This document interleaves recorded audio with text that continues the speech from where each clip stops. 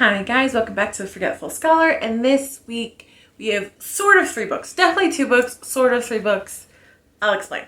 So this week we have A Soft DNF, we have Duels Never End Well, and... oh, what was the last one? The Grand Strand Ghost Tours. Okay. You might be asking yourself why I have a full face of makeup and sleep hair. Choices were made. Choices were made today, and I don't want to talk about it. Okay, so let's do the Soft DNF first. So the Soft DNF is Julie Garwood's Gentle Warrior. Now, it's a soft DNF because I think I was just in a bitchy mood this week, and that's why I didn't, I started reading it and I was like, no, I can't. So that's why I'm going to put it in my TBR shelf again, and then try again when I'm in a better mood, because this week, if you guys want to know, I stumbled over nothing, tripped on air, and effed my right leg up so bad that I basically, I couldn't, it's a bad sprain. It's not like, it could have been a lot worse. I could have broken it or something, knock on wood, but it's a stringy, sprained my knee, so it's my right leg, which I drive on, so I couldn't go anywhere this week. And I just was in such a bitchy mood. Because, you guys know, there's a difference between not feeling like going out and then not being able to go out. Because we all been through the hellscape of 2020 together, so you guys get it. So I was a huge bitch this week. I'll admit it. I'm the first to say, hey, I'm being a bitch. There we go. So, because this was, I think, one of the first ones she wrote. It was published in 1985. Yes. And the thing about Julie Garwood's writing, whether it's historical or contemporary, whether I like the book or not, I appreciate her writing style. Because it was very, it was descriptive, but not flowery. It was to the point. It was almost blunt in an amusing way. Sort of you kind of got the feel that she was just, trying to get past the descriptions to get the part that she likes, So it's oh, yeah, the medieval Scottish hall was made out of stone and had a tapestry or two. Let's move on. Yeah, they had food, it was delicious. Let's move on. Even her contemporary one was sort of like that, and I enjoyed it. She definitely has a unique voice, or had, rest in peace. She definitely had a unique voice in the romance queen community, so that's fun. But this one, maybe because it was one of her first ones, so she didn't quite get her style down. But this one was flowery, descriptive to the nth degree, almost like this is what she thought she should be writing like. And I was like, okay, I'm gonna put the Cadbury tales to the side and come back to it when I don't feel like punching somebody in the face just for existing, because like I said, huge bitch this week. Totally on me. That's why I sequestered myself, because I didn't want to inflict this on anybody, but so this one is a reread from one of my 5-star books, Marriage Most Scandalous by Johanna Lindsey. Now, I wasn't planning on reading this one, right? I was just watching BookTube, as, we do. And one of Jack Edwards' older videos came up. I don't know when it was from. You know what I mean? And he was reading a contemporary romance where there was, a fake relationship trope. And he hated it. And, I'm like, yeah, I get that. And he said something about just not thinking that's a good trope because, it never makes sense to him. Fair enough, right? Because I think in contemporary romances, you can't really pull that off. Oh, I need a date to my best friend's wedding so I don't feel like a loser. I'm like, I've gone to weddings by myself. I don't feel like a loser. You feel a little lonely every once and again, but I'm generally happy for the people I'm there to support. So I feel like that's more of a media. We watched that so much in the media, my best friend's wedding, all that shit, that we're supposed to feel like losers if we go to a wedding by ourselves. But I feel like it's worse if you have to like fake a relationship, because then you know what I mean? Like, that's the thing. Who cares what other people think of you? It matters what you think of you. Let's focus on that. But anyway, I'm digressing like I always do. It made me think of this book because this is my favorite fake relationship book. Even last week I read the alien book where it's a fake relationship. I didn't even bother mentioning it because I was like, eh. But this one is my favorite one. So this takes place 1819, right? So there's like real world consequences for the girl Margaret, Maggie, if it gets out. Like real, because she's, they're the titled aristocrats in England. Basically women in that social echelon have to get married because they have they have no tradesmanship, nothing like that, right? And if they don't, and you used to be like, oh, she could become like a tutor, you know what I mean? No, because if it got out that she had sex before marriage or a divorce, all that kind of stuff, she would have a ruined reputation and no one would hire her. No one would hire her. So, like, there's real world consequences in this book. Not real, you know what I mean? Consequences if this fake relationship got out. So the premise is, and this is Duels Never End Well, and this is FM historical, 5 stars, obviously. So it starts off with a duel between the main guy, Sebastian, and his best friend, Giles. His best friend, Giles. I mean, I guess it's not a spoiler because it's in basically the prologue. He goes to the duel and he goes to shoot in the air. You know what I mean?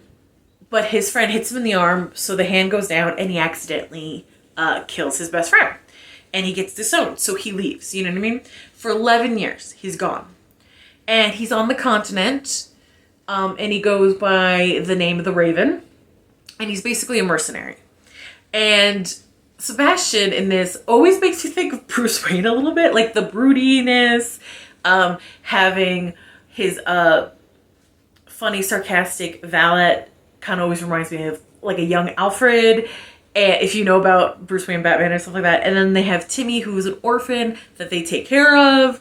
Like, it's, and in the beginning, Sebastian really is just, he doesn't care about living. It's not necessarily a death wish, but like, definitely modern days would be like, oh man, he's manic depressive. He needs, therapy and stuff like that. Obviously, he killed his best friend and was banished from his home and his family for 11 years, obviously.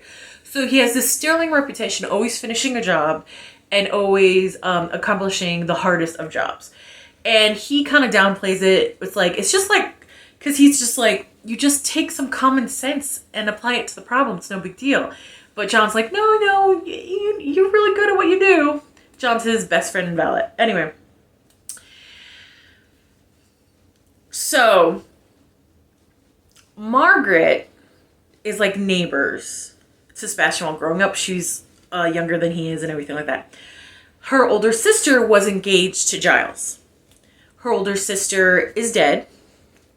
Her mother and father are dead. They passed away and she went to live with the Townsends, which are Sebastian's family. Douglas, the father, took her in because she wasn't old enough to be by herself. So took her in, just sort of fostered her for a little bit. And he's very fond of her, thinks of her as a daughter. His second son is like half in love with her, things like that. She is convinced someone's trying to kill Douglas. And she convinced it's the younger brother and the younger brother's wife. Why is she convinced it's the younger brother's wife? So the wife is the woman that instigated the duel between Giles and Sebastian that got Giles dead. So she is Giles' widow. And then she married Sebastian's younger brother. The drama of it all. The drama. And Maggie thinks that it was on purpose. Maggie thinks that she and the younger brother are trying to kill Douglas. So she goes to the continent to find Sebastian. Because Sebastian's grandmother, Aggie, is convinced Sebastian could get to the bottom of this and fix everything. So Margaret goes to the continent to look for him. She can't find him, so she goes, but she keeps hearing about the Raven. So she goes to the Raven to hire him to go find Sebastian. And then she finds out Sebastian and the Raven are the same one. So she kind of tricks him into taking the job. Because he never wants to go to England, right? So he tricks Sebastian into taking the job. And Sebastian and Maggie, like, the tension is so good and the longing is so good. I love them. I love that Maggie is strong-willed, stubborn, feisty, yet naive, because she is only like 23 in that time, like a full-grown adult, and this time too, but like 23, your brain's not fully developed, you still make missteps. And I like that she still made innocent missteps, and she's all that without being a bitch, it's such a good character. She's so good. And then Sebastian's like the broody, yet oddly charming at times, because he used to be a very charming young man, but like tragedy makes him like broody, so he kind of flips between the two, right? I love the chemistry together. He's convinced he's not going to be able to get into his old house to figure out what's going on, because he thinks his father sees him as dead and is never going to let him in, because Giles' father and Sebastian's father were also best friends, right? So he's convinced that. So that's like one of the reasons why he can't take the job. And Maggie's like, we'll pretend to be married. That will get you in the door, because Douglas swore anyone I marry would always be welcome here. So she proposes the fake marriage to get him in to investigate who's trying to kill the father. And this is why I think it's really good, because there are real consequences to this. Like, real consequences that in the heat of the moment and her basically winning the argument didn't really think about. You know what I mean? And Sebastian's like, that will ruin you. And she's like, no, I'll pretend to get a divorce and then I'll explain why and I'll be a hero. It'll be fine. Like, very naive moment. And Sebastian's like, we'll see. And I like how he kind of pushes back, because he knows this could destroy her, and he doesn't want to do that. So he pushes back a bit. Turns out they do have to do the ruse, and fun romance novel stuff happens. I will say there is a chapter in this that I always, when I first read it in 2005, when it came out to this day, there's like a filler chapter that does not matter to the overall plot. And every time I read, I'm like, oh, someone had a page count. It's basically Maggie having tea with her housekeeper, just basically recapping everything that's happened in the story. And it's such a weird little page chapter, but also like, there's been books that drag on too long, and I feel like they're doing that because of a page count. Like, they ruin their own flow because of that.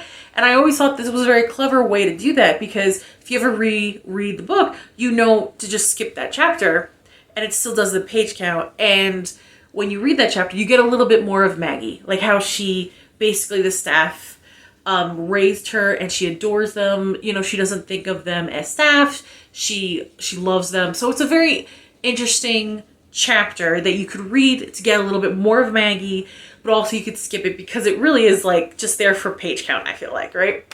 So there's a happily ever after, and there's a twist in this that before reading this book, I personally have never read that in a romance novel before, and I thought that was a lot of fun. I have read it since in different romance novels. I couldn't tell you if they were published before or after that. I just always think it's fun that like it kind of become standard after this, if that makes sense. Anyway, and if you want action, this starts off with Sebastian having to break him, his valet, and Tommy out of an Australian duke's prison who's trying to force the Raven to work for him. He basically takes on 5 guys holding a pistol to him and nearly snaps the Duke's neck to get out. And then the third act, he has to break out an innocent man from a French prison.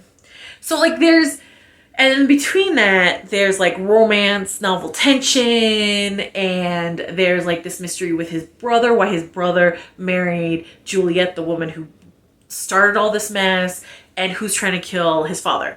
So also with the heartbreak for Sebastian of him being disowned. And Douglas is annoying in this, the father, Sebastian's father, but he's supposed to be.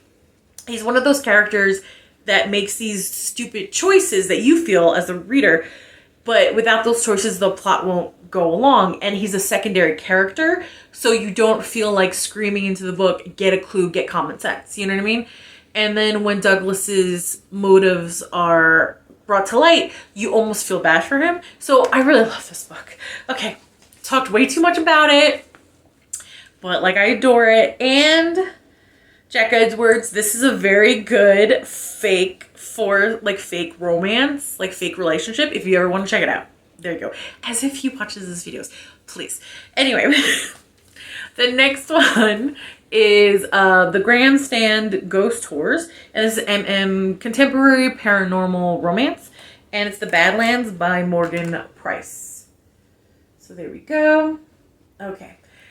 And we got another Sebastian, but thankfully in this book he goes by Simon. So this is Simon and Vic. So Simon is, he owns the Grandstand Ghost Tours, and he does readings and things like that. He's a clairvoyant and a medium, and he's very powerful at both, right? He has some trauma from his past with his gift. In this world, it's like, it's our world. Like, you know, you see like tarot card readings, but you know, you might necessarily not believe it, might do believe it. It does feel like Morgan Price, this is the first book I ever read from them, has a bigger network of books that I can check out, because it did seem like there was little Easter eggs from different books in this one, so I'm kind of excited about that. He is an anthropologist that studies folklore and mythology. So did I. So I really liked Simon because of that. He gets a lot of calls for knowledge from local hunters. Kind of remind me of Supernatural, like how they're on the underground and stuff like that, which is kind of cool. Sort of like the Bobby. If you know, you know. So he sees ghosts. He has dreams that come true. He's pretty powerful, right? Vic is a cop, homicide detective, who had a bad experience with the paranormal before, right? So he's not sure if he believes it or not, you know? And I really liked Vic a lot because, like, he talks about how his, like, Nona, if she had a bad feeling about stuff, the family listened. How, like, one of his aunts can read tea leaves. So, like, I got that. You know what I mean? Like, I got it. Like, I understood what he was saying. Like, he doesn't necessarily believe it, but there's people in his family that just seem to, like, know stuff, and you believe them because, like, it comes true. Like, I got it. I'm rambling, not making sense, but I liked that part of Vic's story. It just made him feel a lot more grounded and reliable, because he kind of has a temper a little bit. Not towards Simon, because then I'll be like, red flag. He's not. He's very sweet with Simon. The romance is very sweet. Basically, Vic is on trying to catch a serial killer. And the crime part of this book, fucking phenomenal. I loved it. I loved it. The supernatural aspect, I felt like it could be a little creepier, and that could have been a little fun. I did feel like, this is 3 stars for me, because the pacing was a little off. Like, sometimes a scene that really had didn't help the story along, went on a little too long, you know, when Simon was interacting with his friends, or Vic was like kind of friend fighting with his partner. Like, some of those scenes went on a little long, and we got a lot of oh, but I like Simon so much, and he probably thinks I abandoned him in Vic's mind, and then Simon's mind, like, I probably ruined Vic's career, but I like him so much. We got a lot of that multiple times in the book, and I didn't think it was needed multiple times in the book. I think once or twice it would have been good, but like, it felt like almost every scene had at least 2 or 3 of those moments, you know? Like I said, I really like the crime in this, and it wasn't so much like who done it. It was more like Simon trying to protect his friends, because the killer is going after, they thought at first, the cops think they're going after seasonal workers, right? Turns out, because Simon has this network of, he calls them the skeleton crew, people who have abilities but don't know how to control them, or they're lower end. And it turns out the serial killer is going after them for their powers. So it was really fun. I really enjoyed the last scene. It kind of made me think of, oh my gosh, Klaus from the Umbrella Academy, how he conjured up like a ghost army. It was kind of like that. It was very cool. I really liked the magic system in this world. How the realistic, it felt very much like, I think it's called like realistic magic system. You know, Simon is friends with like a very high voodoo priestess, and she's telling him to like keep these charms and do these things. Fascinating. He's a really good friend with a bruja, Gabriella, that like kind of fled because she's like, I'm not getting involved. I got babies to take care of. Out. You should leave too. You know, I don't know. Something about the magic system was a lot of fun. It didn't feel fanciful. Oh my gosh. It didn't feel over the top, or it didn't feel very fantasy genre-esque. So I like that a lot. And I enjoyed it. So I think I'll check out more from this author. Just the pacing. Just the pacing. A little off. Vic and Simon, so cute. Very cute together. A little less on the pining. I did like when they first met. They were both like, because it's a dual POV. And I liked how they were like flirting. And when Vic was flirting, you were in his POV. He's like, oh, that's so lame. Oh. And then when Simon was flirting and you're in POV, you're like, oh my God, why did I say that? He's going to think I'm a complete dork. So I thought that was really cute. So there we go. Didn't start on the best week, but I had a lot of good reads. So there we go. So I don't want to, but it's time for me to get back to the real world. Like, comment, and subscribe, and I'll see you later. Bye.